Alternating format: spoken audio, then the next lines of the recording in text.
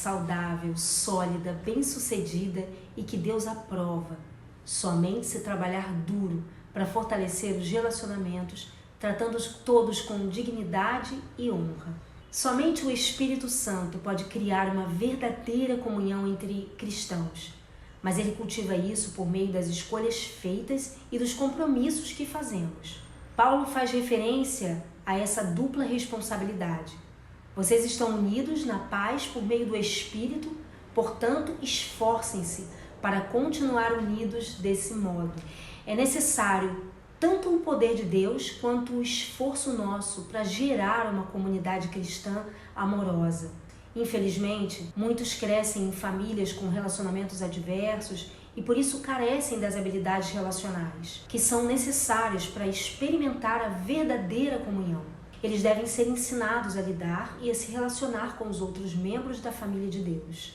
Se você está cansada de comunhão dissimulada e gostaria de cultivar uma comunidade amorosa e verdadeira em seu grupo, na classe de estudo ou na igreja, será necessário fazer algumas escolhas difíceis e assumir alguns riscos. A vida em comunidade, ela exige sinceridade.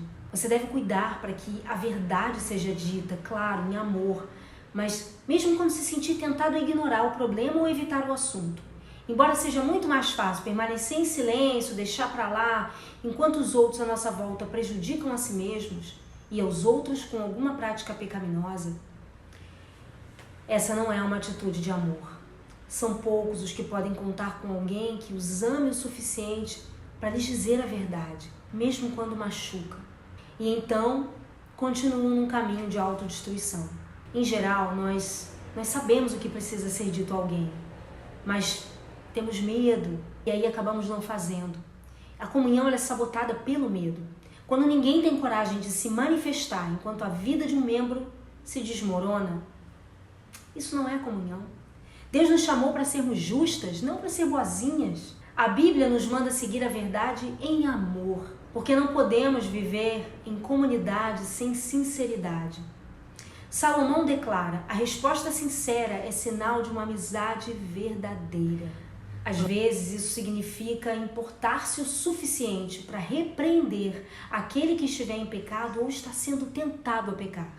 Olha o conselho de Paulo: irmãos e irmãs, se alguém em seu grupo comete algum erro, vocês que são espirituais deverão procurar essa pessoa e gentilmente ajudá-la a se corrigir. Muitas comunidades e grupos mantêm um relacionamento superficial, justamente por ter medo de conflitos. Toda vez que uma questão delicada vem à tona, ela é imediatamente encoberta, a fim de preservar uma falsa sensação de paz. O assunto nunca é resolvido e todos vivem com uma frustração encoberta. Isso cria um ambiente doentio, de segredos e fofocas.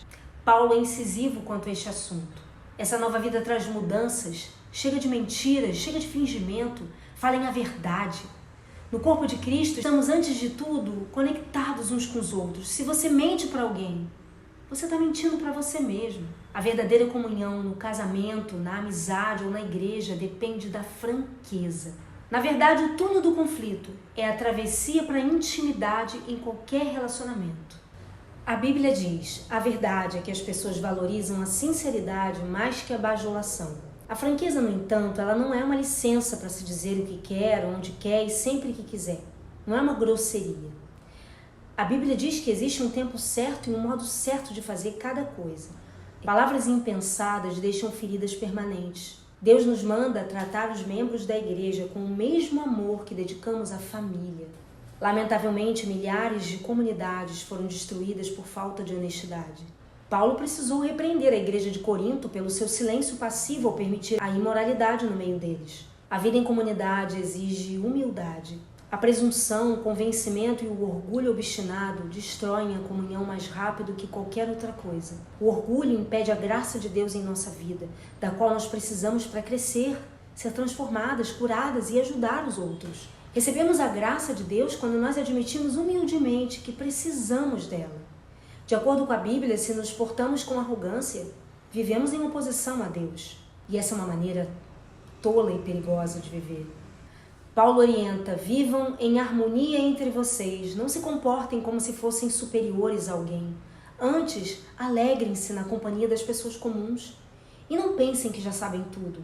Aos cristãos de Filipos, Paulo aconselha: nada façam por ambição egoísta ou por vaidade, mas humildemente considerem os outros superiores a vocês mesmos. Cada um cuide não somente dos seus interesses, mas também dos interesses dos outros. Humildade não é pensar menos de si mesmo, mas pensar menos em si mesmo.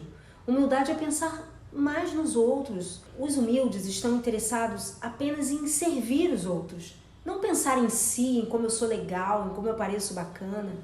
A vida em comunidade exige cortesias. Somos corteses quando respeitamos as diferenças, quando temos consideração pelos sentimentos uns dos outros e quando somos pacientes com os que nos irritam. A Bíblia diz: é preciso carregar o fardo de termos consideração para com as dúvidas e temores de outras pessoas. Em toda igreja e em cada grupo há pelo menos uma pessoa difícil, vamos dizer assim, e normalmente até mais que uma. Essas pessoas elas podem ter carências emocionais, insegurança profunda, maneirismos irritantes e habilidades sociais escassas. Você pode chamá-las até de carentes de graça extra. Mas Deus colocou essas pessoas em nosso meio tanto para benefício delas quanto para o nosso. Elas são uma oportunidade para nós crescermos e um teste para a comunhão. Essa pessoa pode ser você mesma, pode ser eu. Será que conseguimos amá-las como irmãos e irmãs, tratando-as com dignidade? Em uma família de verdade, a aceitação ela não se baseia em critérios como inteligência, beleza ou talento de cada membro, mas no fato de nós pertencermos uns aos outros. Defendemos e protegemos a família. Um membro da família pode ser um pouco bobo, um pouco tolo, mas ainda assim é um de nós. Da mesma forma, a Bíblia diz: sejam dedicados uns aos outros como uma família afetuosa. Aprimorem-se em demonstrar respeito uns para com os outros. A verdade é que todos temos peculiaridades e traços de temperamento irritantes. O fundamento para termos comunhão é o nosso relacionamento com Deus. Somos uma família. É importante entender que não estamos na pele da pessoa e não sabemos por tudo que ela já passou. A verdadeira comunidade ela é construída quando as pessoas sabem que é seguro compartilhar medos e dúvidas sem serem julgadas. A vida em comunidade ela exige sigilo. Somente num ambiente seguro, onde existe acolhimento amável e sigiloso, é que as pessoas vão se abrir e compartilhar suas maiores mágoas, suas necessidades, seus erros. O sigilo é fundamental. Saber que aquilo que for comentado no grupo ficará restrito ao grupo. Deus detesta a fofoca e, principalmente, quando ela vem maldosamente disfarçada de um pedido de oração em favor de alguém. Os maus provocam discussões e quem fala mal dos outros separa os maiores amigos. Se você precisar repreender, repreenda. A pessoa pode até deixar o grupo ou a igreja ao ser confrontada, mas a comunhão da igreja ela é mais importante do que qualquer indivíduo. A vida em comunidade ela exige constância. Você deve manter um contato regular com o seu grupo a fim de desenvolver a verdadeira comunhão. Relacionamentos eles exigem tempo. Não é formada de acordo com a nossa conveniência. Ah, não, vamos nos reunir quando eu tiver vontade ou quando der. Não. Mas na convicção de que é necessária para a nossa saúde espiritual. Se você quiser cultivar a comunhão verdadeira, isso significa se reunir mesmo quando não tenha vontade, mas porque você acredita que é importante, por obediência.